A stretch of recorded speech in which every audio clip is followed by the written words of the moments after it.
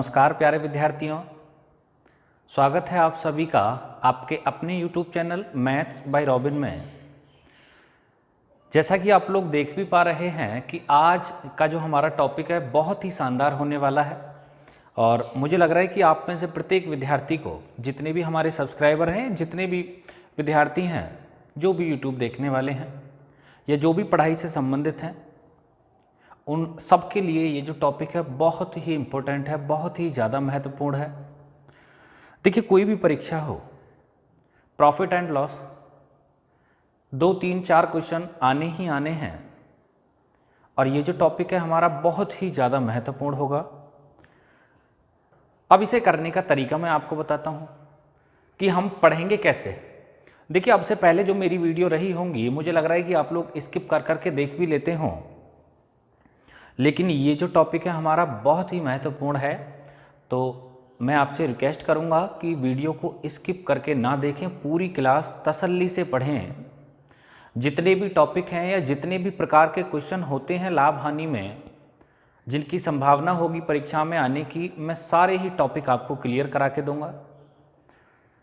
जिस तरह मुझे अच्छा लगेगा या मैं जैसे आपको ऐसे समझ लो कि जैसे मुझे ठीक लग रहा होगा कि आपको इस तरीके से अच्छा समझ में आ जाएगा, मैं उसी तरीके से आपको समझा के चलूँगा। यदि कोई क्वेश्चन छोटे प्रारूप का है तो उसको छोटे तरीके से समझा दूंगा, और यदि मुझे लग रहा होगा कि इसकी डिटेल समझानी ज़्यादा आवश्यक है तो उस क्वेश्चन की मैं डिटेल भी आपको बता दूंगा। ज़्यादा समय ना लेते हुए स्टार्ट करेंगे आज की अभ्यास अपनी लाभ हानि। अच्छा, है क्या प्रॉफिट एंड लॉस में, उन चीज़ों को सबसे पहले हम क्लियर किए लेते हैं, समझे लेते हैं। ऐसा भी नहीं है कि डायरेक्ट हम अभ्यास पे आ जाएं, उसमें भी दिक्कत है। मतलब डायरेक्ट ही हम क्वेश्चन पे आ जाएं, उसमें भी दिक्कत है। पहले इन चीज़ों को समझ तो लो। बहुत से विद्यार्थी ऐसे होंगे बेचारे जिनको जानकारी नहीं होगी, उनको भी समझा दें। तो सबसे पहले मैं आपको बताता हूँ, देखें मैंने यहाँ आपके लिए बनाया हुआ है क्रम से इन चीज़ों को, तो आप ध्यान से देखें। सबसे पहले लिखा हुआ है क्रय मूल्य। क्रय मूल्य को इंग्लिश में कहते हैं कॉस्ट प्राइस। अब जब हम क्वेश्चन कर रहे होंगे तो इसको हम शॉर्ट फॉर्म में लिख देंगे सीपी, समझ जाना आप लोग। अब क्रय मूल्य होता क्या है? किसी वस्तु का खरीदा गया मूल्य, जितने में हम कोई चीज़ बाजार से या कहीं से भी कोई वस्तु खरीद के लाए हैं। दूसरा हो गया हमारा विक्रय मूल्य। विक्रय मूल्य को इंग्लिश में कहेंगे सेलिंग प्राइस। इसको हम डिनोट करेंगे एसपी द्वारा। जब हम क्वेश्चन करेंगे तो इतना बड़ा बड़ा नहीं लिखेंगे विक्रय मूल्य और सेलिंग प्राइस, बस एसपी लिख देंगे, ठीक है। अच्छा, विक्रय मूल्य क्या होगा? किसी वस्तु का बेचा गया मूल्य। भाई, जितने में हमने वस्तु बेची है वो उस वस्तु का विक्रय मूल्य कहलाया। तीसरा नंबर आता है अंकित मूल्य का। इसको कहते हैं हम इंग्लिश में मार्क प्राइस। शॉर्ट फॉर्म में हम एमपी लिख देंगे जब क्वेश्चन करेंगे, तो आप समझ जाना कि है क्या। अच्छा, अंकित मूल्य होता क्या है? अंकित मूल्य किसी वस्तु का छपा हुआ मूल्य होता है। मानिए हम बाजार जा रहे हैं, कुछ चीज़ खरीद रहे हैं, और यही मानो पेन लेके आए हम, या कोई भी चीज़ हम मानो जूते लेके आते हैं, तो जूते के जो हमारा एमआरपी होता है, जो डिब्बे पर पैसे डले हुए होते हैं, मानो लिखे हुए हैं 1499 रुपये, या और भी ज़्यादा हो सकते हैं यदि आप महंगे वाले पहनते हैं तो। अब मेरे लिए इतना ही काफ़ी है कि यदि जूते का एमआरपी जो है वो 1499 रुपये है, तो वो हो गया उसका एमआरपी, और हम खरीद के उसको कम का लाते हैं डिस्काउंट लेके। तो अंकित मूल्य मतलब mark price, MP, short form MP हो गई। अच्छा, खुदरा मूल्य, छपा मूल्य, ये जितने भी नाम हैं ये सारे अंकित मूल्य के ही होते हैं। इसके बाद में आता है अगले नंबर पर लाभ, प्रॉफिट। लाभ को हम इंग्लिश में प्रॉफिट कहेंगे, हानि को हम लॉस कहेंगे। ये लाभ और हानि होते क्या हैं? तो याद रखना भैया, लाभ जो होता है ना, लाभ बराबर होता है एसपी माइनस सीपी। भाई, हमें लाभ कब होगा? जब हम कोई चीज कम की खरीद कर ज्यादा की बेच देंगे। तो लाभ कितने का हुआ, कैसे निकालेंगे? एसपी में से सीपी को हम घटा देंगे। इसके बाद में आता है हानि। हानि क्या होगी जी? अब पहले तो चलो तुम मुझे बताओ हानि कब होगी। आप कहोगे जी हानि जब होगी जब हम कोई चीज़ ज़्यादा की खरीद कर कम की बेच दें, तो हानि बराबर बैठेगी सीपी माइनस एसपी। उम्मीद है समझ में आया होगा आपको। आगे चलते हैं। इसके बाद में एक छठा जो हमारा नंबर है, इस पर देखें आप, लिखा हुआ है, ये उप परिव्यय लिखा हुआ है। ऐसे लिखते हैं, मैं लिख के बताता हूँ आपको। उप परिव्यय, 2 बार पे होना चाहिए। उप परिव्यय, ये उप परिव्यय क्या होता है? ये होता है ओवरहेड एक्सपेंडिचर। ओवरहेड एक्सपेंडिचर मतलब मानो कोई चीज़ हम खरीद के लाए और यदि उस पर कोई अतिरिक्त खर्च आता है, ठीक है, इसको हम ओवरहेड एक्सपेंडिचर कहते हैं। मानो हम मान के चलो आप, जैसे कि हम ये अपना इंटरेक्टिव पैनल लेके आए खरीद के, भाई इंटरेक्टिव पैनल कितने का आया, मानिए इंटरेक्टिव पैनल आया 7 लाख रुपए का। अब इसको लाने में जो भाड़ा खर्च हुआ वो कितना हुआ, 10,000 रुपये। तो 7 लाख तो हो गया इसका सीपी, इतनी की तो हम लेके आए खरीद के। ये 10,000 क्या है, ये 10,000 जो है ये उपरिव्यय है, मतलब ओवरहेड एक्सपेंडिचर है। आगे चलेंगे, आगे है बट्टा, जिसको हम डिस्काउंट कहते हैं इंग्लिश में। इसके बारे में बाद में बात करेंगे, जब बट्टे के क्वेश्चन आगे मैं पढ़ाऊंगा आपको। एक क्रमिक बट्टा होता है, सक्सेसिव डिस्काउंट जिसको हम बोलेंगे। अब कुछ चीज़ें और समझ लो, जैसे कि सीपीएसपी, ये तो आप लोग जान ही गए। और एक फार्मूला और बताता हूँ मैं आपको। मैंने आपको विक्रय मूल्य भी बता दिया, लाभ भी मैंने आपको बता दिया कि लाभ बराबर होगा इतने के, हानि बराबर होगी इतने के। अब इसके बाद में एक और आता है क्वेश्चन में, जो बहुत ज़्यादा पूछा जाता है हमसे, या जिसकी हमें आवश्यकता भी ज़्यादा है। वो रूल होगा, वो फार्मूला होगा हमारा लाभ प्रतिशत। एक दूसरा होता है हानि प्रतिशत। स्किप ना कर दें, वीडियो को देखते रहना। देखो है क्या, तो पहले चीज़ें तो समझा दूँ, उसके बाद में चीज़ें फिर बहुत आसान होने वाली हैं। आप याद रखेंगे कि हाँ वास्तव में किसी ने कुछ पढ़ाया है प्रॉफिट एंड लॉस में हमें। अब लाभ प्रतिशत बराबर होता है, किताब का लिखा हुआ मैं आपको बता रहा हूँ कि लाभ बटे क्रय मूल्य और गुणा 100, ऐसा किताब में होता है लिखा हुआ। हानि बराबर, अगर हमें हानि प्रतिशत निकालनी है, परसेंटेज में हानि निकालनी है, तो हानि प्रतिशत बराबर बैठेगा हानि गुणा 100 बटे क्रय मूल्य। ये क्रय मूल्य को पहले भी आप लिख सकते हैं, दोनों ही कंडीशन में सीपी नीचे आता है, लेकिन मैं इन दोनों में से कोई भी फार्मूला यूज नहीं करने वाला हूँ।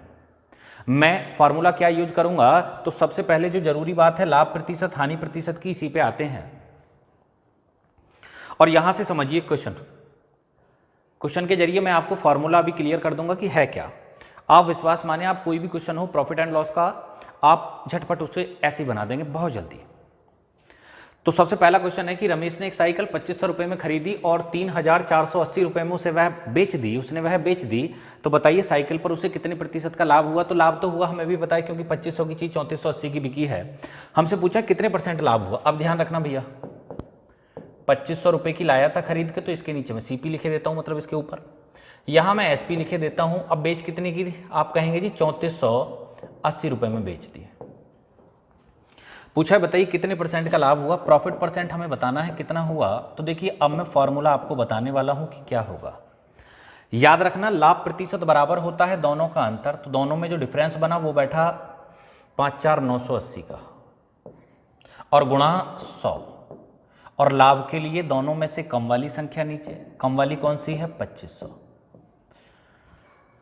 हाँ आप ऐसे जरूर कह रहे होंगे कि ये तो वही फॉर्मूला है कि लाभ प्रतिशत बराबर होता है लाभ बटे क्रय मूल्य गुणा 100, लेकिन मेरा जो फार्मूला है वो डिफरेंट है एकदम। क्यों, क्योंकि मैं अपना जो फार्मूला है वो प्रतिशत लाभ, प्रतिशत हानि, प्रतिशत छूट, प्रतिशत अधिक, प्रतिशत कमी, कोई भी चीज़ परसेंटेज में अगर पूछा है हमसे तो वो सारे एक ही फार्मूले से मैं बता दूंगा। अलग अलग फार्मूला की आवश्यकता हमने नहीं है। जैसे कि मानिए कोई क्वेश्चन आपके लिए ऐसे आ जाए कि मेरे पास में है 120 रुपये और आपके पास में है 180 रुपये। अब पूछा जाए कि बताइए आपके पास मुझसे कितने परसेंट ज़्यादा हैं, बताइए कितने प्रतिशत ज़्यादा हैं, मतलब कितने परसेंट अधिक हैं। 180 जो होता है वो 120 से कितने परसेंट ज़्यादा होता है। मैंने कहा ना कि सबके लिए फार्मूला एक ही होगा, फार्मूला चेंज नहीं होगा। यही तो खूबी है बस, कि दोनों का अंतर, दोनों में डिफरेंस कितना आया, आप कहेंगे 60 का, और गुणा कितना 100। और अधिक के लिए कम वाली संख्या नीचे, कम वाली कौन सी, 120। बस ज़्यादा के लिए कम संख्या नीचे करनी है, कम के लिए ज़्यादा, लाभ के लिए कम वाली संख्या नीचे, हानि के लिए ज़्यादा वाली।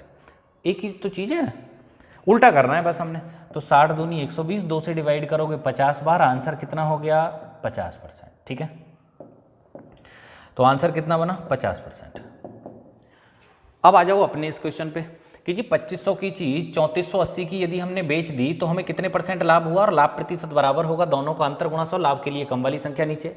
यदि 3480 की चीज़ 2500 की बिकती तो हानि परसेंट बराबर बैठता, दोनों का डिफरेंस मतलब 980 आ जाता, दोनों का अंतर गुणा 100, और हानि के लिए ज़्यादा वाली संख्या नीचे आ जाती, फिर 3480 आ जाती। बात आई समझ में आपको।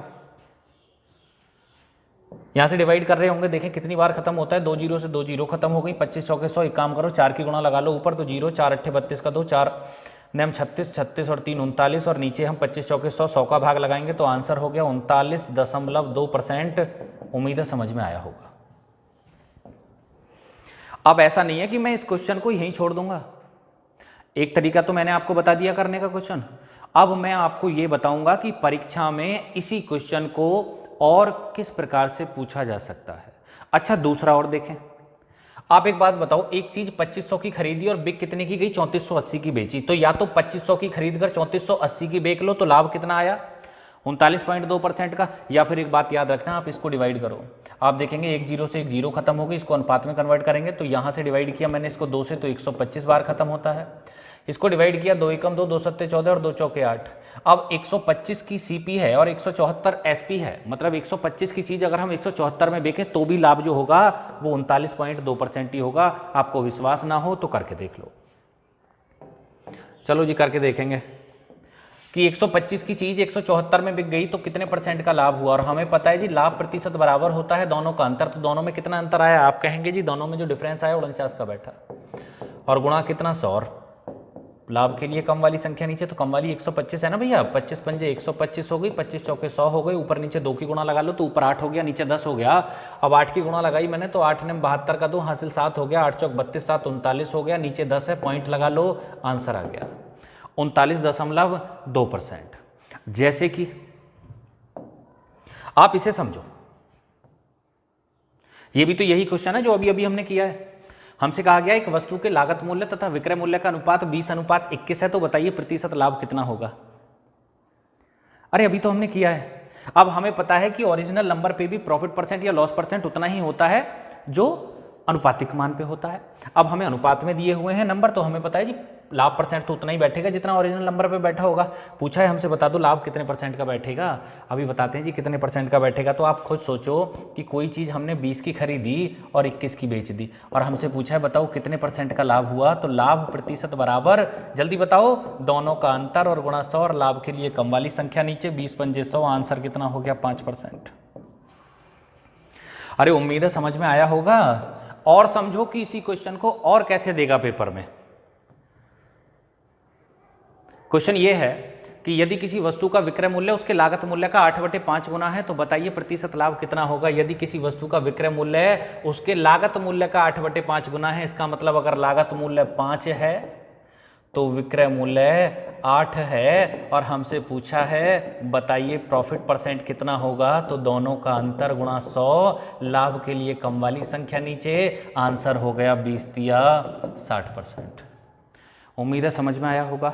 और कैसे पूछेगा इसी क्वेश्चन को, देखिए भाषा बदल बदल के पूछता है पेपर में, है एक ही क्वेश्चन, मतलब एक ही टाइप का क्वेश्चन, कि किसी वस्तु को 100 रुपए में बेचने पर एक व्यक्ति को 20 रुपए का लाभ होता है, तो बताइए उसका लाभ प्रतिशत कितना होगा। अब किसी वस्तु को 100 रुपए में बेचने से 20 रुपए का लाभ होता है, तो एक तरफ सीपी लिखो एक तरफ एसपी लिखो, कितने की बेच रहे हैं वस्तु को, 100 रुपए की, और प्रॉफिट कितने का हो रहा है, आप कहेंगे जी 20 का प्रॉफिट हो रहा है, तो खरीद के कितने की लाई इसको, आप कहेंगे 80 की। अरे कोई चीज़ 100 रुपए की बेचने से यदि 20 रुपए का फायदा हो रहा है, तो वस्तु को हम कितने की लाए होंगे खरीद के, सीधी सी बात है 80 की लाए होंगे, और 80 की चीज़ 100 में बिक रही है। हमसे कह रहा है बताओ कितने परसेंट का लाभ हुआ, तो या तो 80 की चीज़ 100 में बेच लो या 4 की चीज़ 5 में बेच लो, एक ही बात होती है। मतलब अनुपात में भी कर सकते हो आप, वैसे इतनी कठिन वाली बात थोड़ी है यार कि इनको चेंज करो, खत्म क्वेश्चन। लाभ प्रतिशत बराबर दोनों का अंतर और गुणा 100, और लाभ के लिए कम वाली संख्या नीचे, 20 चौक 80, 4 से 25 बार खत्म, आंसर हो गया 25%। आया होगा समझ में आपको।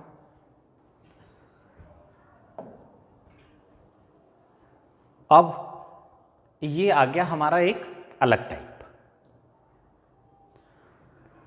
तो अभी तो केवल मैं उस वाले फॉर्मूले का फायदा बता रहा हूं आपको, वो लाभ प्रतिशत वाला और जो हानि प्रतिशत वाला है, बहुत जबरदस्त फॉर्मूला है। आप पूरी लाभ हानि में उस फॉर्मूले का यूज करेंगे, परसेंटेज में आप उसी फॉर्मूले का यूज करेंगे। क्यों? क्योंकि परसेंट आप कहोगे जी इसमें तो क्रय मूल्य विक्रय मूल्य होता है, तो चलो लाभ हानि में तो आप सीपी को नीचे रख लोगे, लेकिन जब परसेंटेज की बात आएगी तो वहाँ तो ना सीपी होता ना एसपी होता। तो मुझे पता है, देखिए जो समझने वाले विद्यार्थी हैं, जो होशियार विद्यार्थी हैं, वो बातों को समझ जाते हैं, लेकिन जो विद्यार्थी कमज़ोर हैं बेचारे, उनको पता नहीं चलता कि ये फार्मूले कैसे बन रहे हैं।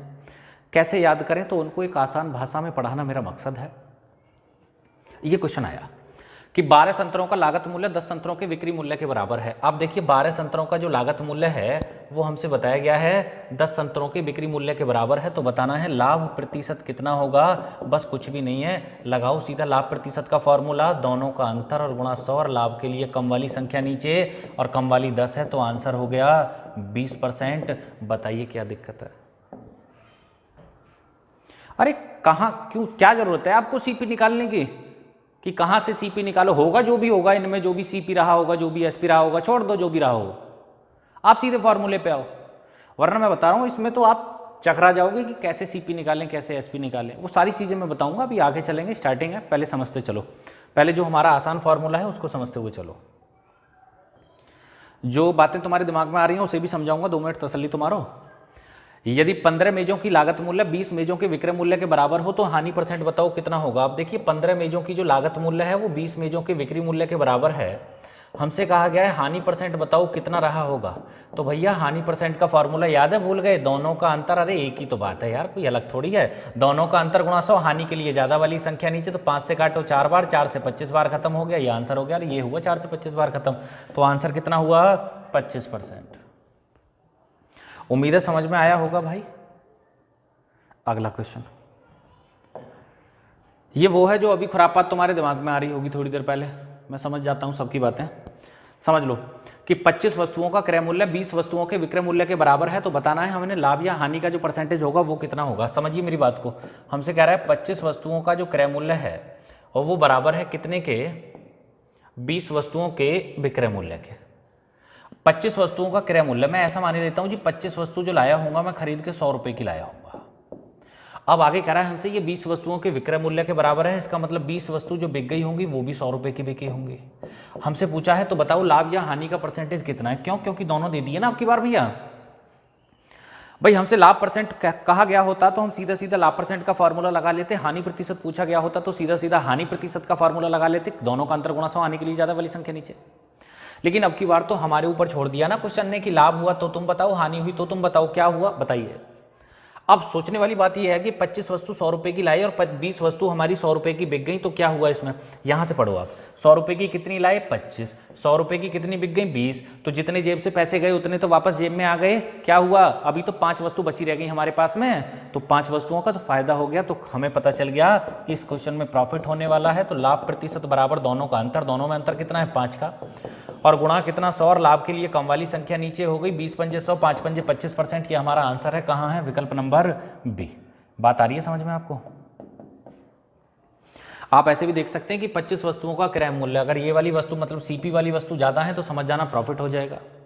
ज्यादा वस्तुओं का क्रय मूल्य यदि कम वस्तुओं के विक्रय मूल्य के बराबर है तो प्रॉफिट होगा। देखिए प्यारे विद्यार्थियों, मैं नहीं चाहता कि कोई चीज मैं आपको अच्छे से पढ़ाऊं और आप उसे बगैर समझे ही ऐसे स्किप करके हवा में उस चीज़ों को उड़ा दो, ये गलत बात होगी। अब मैंने क्या सोचा है कि अब मैं आपको एक अलग वे में पढ़ाऊंगा, बाकी आपकी राय भी ली जाएगी। आप मुझे बता देना, कमेंट में मैसेज करके बता सकते हैं कि क्या ये ठीक है या गलत है। अच्छा है क्या वो तो सुन लो पहले। मैं सोच रहा हूँ कि जो हमारी क्लास है उसको हम छोटा रखें, कम समय का रखें, जिससे कि आप चीज़ों को देख पाओ, समझ पाओ। मानो मैं ये भी सोच रहा हूँ कि यदि मैं एक ही दिन में या एक ही क्लास में बहुत सारे टाइप्स आपको करा दूँ, बहुत सारी ट्रिक्स आपको करा दूँ, बहुत सारे रूल आपको करा दूँ, तो हो सकता है कि आप लोग उन्हें याद ना रख पाए।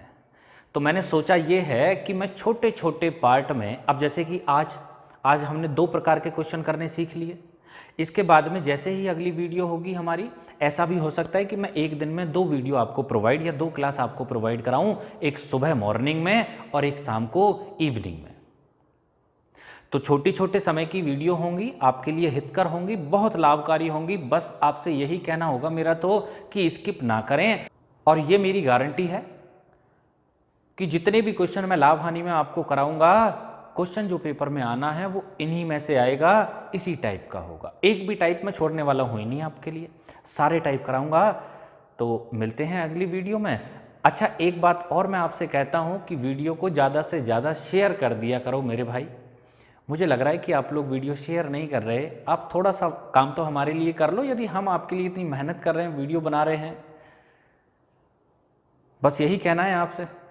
चैनल को सब्सक्राइब करें, वीडियो को शेयर करें, लाइक करें। मिलते हैं अगली क्लास में, बाय।